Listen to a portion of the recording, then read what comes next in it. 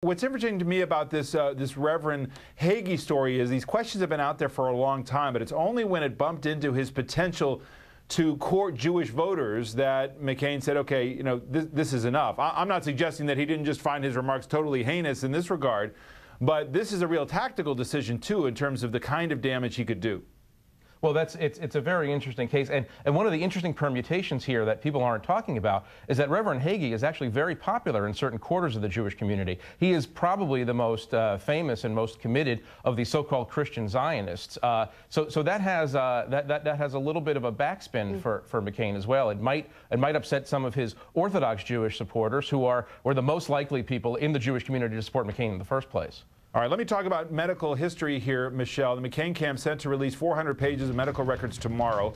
As we know, this history of ailments include malignant melanoma, arthritis in his shoulder and knee, limited mobility in his shoulders because of his captivity during the Vietnam War. And while age has been a concern to some voters, McCain laughed it off on the Ellen Show today. Listen to how he handled it. One of the most important qualities in the next president of the United States is to be very, very, very old. Yeah. And you have a sense of humor about that. And do you think that because people are concerned about your age and your health, and do you think they're legitimate concerns, or how do you feel? Well, I think I have to show in campaigning and in ideas and vision and frankly, a sense of humor. Michelle, I think there's a difference between questions about his age and questions about his history with cancer, frankly, as difficult as it is. I mean, I think a lot of voters want to know, is this potential president, commander-in-chief, someone who's going to be healthy enough while he's in office with a history of cancer like this? So many voters obviously thinking about Senator Ted Kennedy right now as well with his brain tumor. You're absolutely correct, David. You know, he has really taken the air out of the age issue, I think, in a very good way. But the health issues will arise. People want to know, if they vote for him, will the next commander-in-chief be around for the next 4 years? It's a very serious concern. I think that releasing the records over Memorial Day weekend also takes a little bit of the air out of it, at least until we know who the Democratic general nominee is going to be. But once we know who that person is, both Hillary Clinton and Barack Obama are, from what we can tell, very healthy, much younger than Senator McCain, and that issue will arise again when we really are in the midst of a general election campaign. And let's say something else tactically here, which is that any campaign wants to make any course correction that it feels is necessary as early as possible.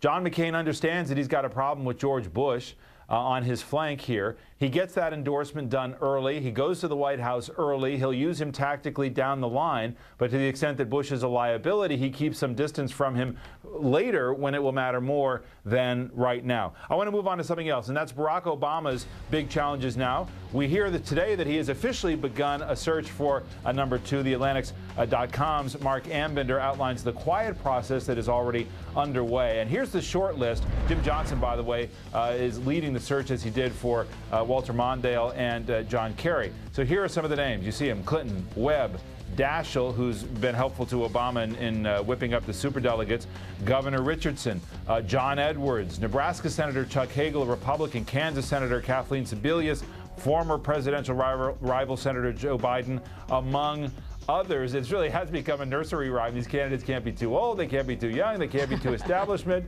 But so what do you do, Rachel? How do you look at this list and say these are some of the standouts? I think you look at this list and then you keep looking at it for a very long time. The vice presidential choice is essentially one of those stories that you can trot out whenever you want, and you can be sure that it'll eclipse smaller stories in the news cycle. And we don't expect him to decide for a long time. We don't expect him to decide for months, and we expect him to decide in a forward-thinking way. This is the most fun thing to talk about in politics. They know it is, and so they're using it to get us to talk about this instead of other stuff. And I'm happy to do it. It's fun.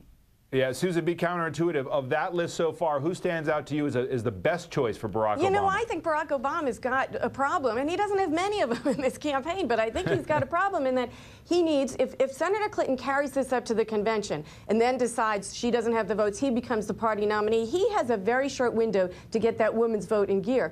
But he also has that major gap in his CV, and that's military foreign affairs experience. That issue's not going to go away. Nobody solves those two predicaments votes, with the possible exception right now in terms of credibility and, if you will, testicular fortitude, as it was defined by some labor leaders, as Senator Hillary Clinton. I just think at some point it comes back down to her.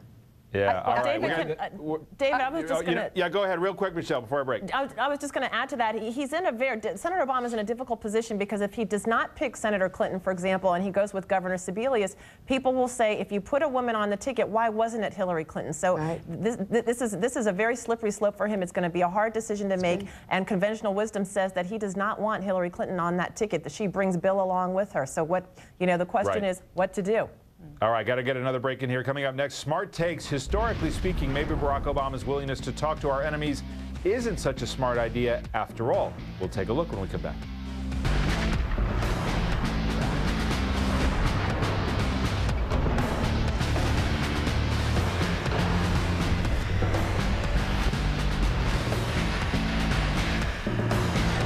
Welcome back to Race for the White House. I'm David Gregory. Happy to have you. It's that time of the hour when we take a stab at the day's three big questions in the 08 race. And still with us, Susan Molinari, Republican strategist and former New York Congresswoman, of course. Rachel Maddow, host of The Rachel Maddow Show on Air America, and an MSNBC political analyst. Michelle Bernard, president of the Independent Women's Voice, also an MSNBC political analyst. And our first-timer tonight, my friend Jeffrey Goldberg, national correspondent for The Atlantic and author of Prisoners, A Story of Friendship and Terror.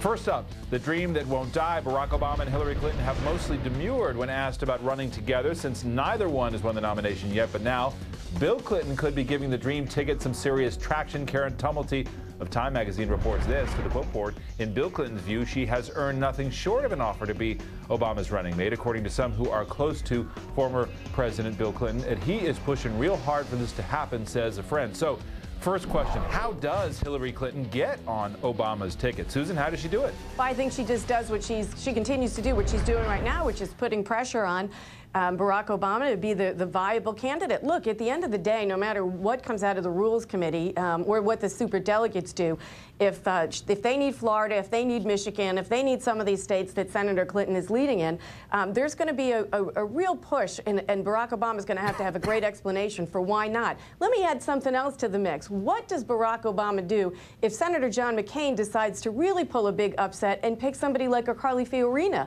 to be his running mate? He's really then in a corner and has to make some very serious decisions about his running mate. I don't. You know, Rachel, we don't know, Rachel, exactly what Hillary Clinton wants at this point, but we do know that some of the things she's doing sounds and seems like a negotiation. For instance, your headline, going to the convention for Michigan and Florida, that seems like a bargaining chip. I think that if you want to be given the vice presidency, you don't take it, you have to be given it. And in that sense, you don't necessarily try to make the presidential contender's life more miserable and his chance at winning the general more difficult. If you take it to the convention, I think Barack Obama has almost insurmountable odds against John McCain just because of the timing. I think it's a bad strategy on Hillary Clinton's part if she is trying to get the vice presidency. I don't think she's trying to get the vice presidency. I still think she's going for the #1 spot on the ticket. And I also, just in response to Congresswoman Molinari, I don't think that getting the women's vote is going to be that much of a challenge for Barack Obama because John McCain is going to be the Republican opponent. I think that even if he does put a woman in his vice presidential slot, honestly, what you need to be able to say is John McCain wants to overturn Roe v. Wade and Justice Stevens is 400 years old. I think you just have to talk about the fact that, Barack Obama was part of a campaign that dismissed Senator Clinton, that beat Senator Clinton. that has a tendency to, call female reporters sweetie, and I think you've got some issues there. I think if I think Sweetie versus Roe v. Wade, Roe v. Wade's going to be a more powerful argument. But it's not just Roe v. Wade, David. David, it's not just Roe v. Wade. We got to remember that in 2004, women, Democratic women and Republican women, put George Bush back in office, and it had nothing to do with Roe versus Wade. It was national security, it was terrorism, and on that issue, John McCain may have a leg up over Senator Obama. Yeah, and now with the Alito and Roberts Court, we're in a different situation. But that shrunk by 2004. That gender gap shrunk. He didn't have the security moms the way he did at that point. Let me just move on to the issue, Jeffrey, of what does Hillary Clinton want. Some believe that she would be happy as Obama's VP if he won. She would still make history as the first woman to ever be elected to the White House in the #2 slot. Others see cynical motives, that she doesn't think Obama can win. I mean, that could be heartfelt, not just cynical, that she actually believes that, and is already preparing to run in 2012. And others speculate that her future could include Senate Majority Leader, a run for New York Governor, even Supreme Court Justice. So then the second question, what would getting on Obama's ticket do for Hillary Clinton? For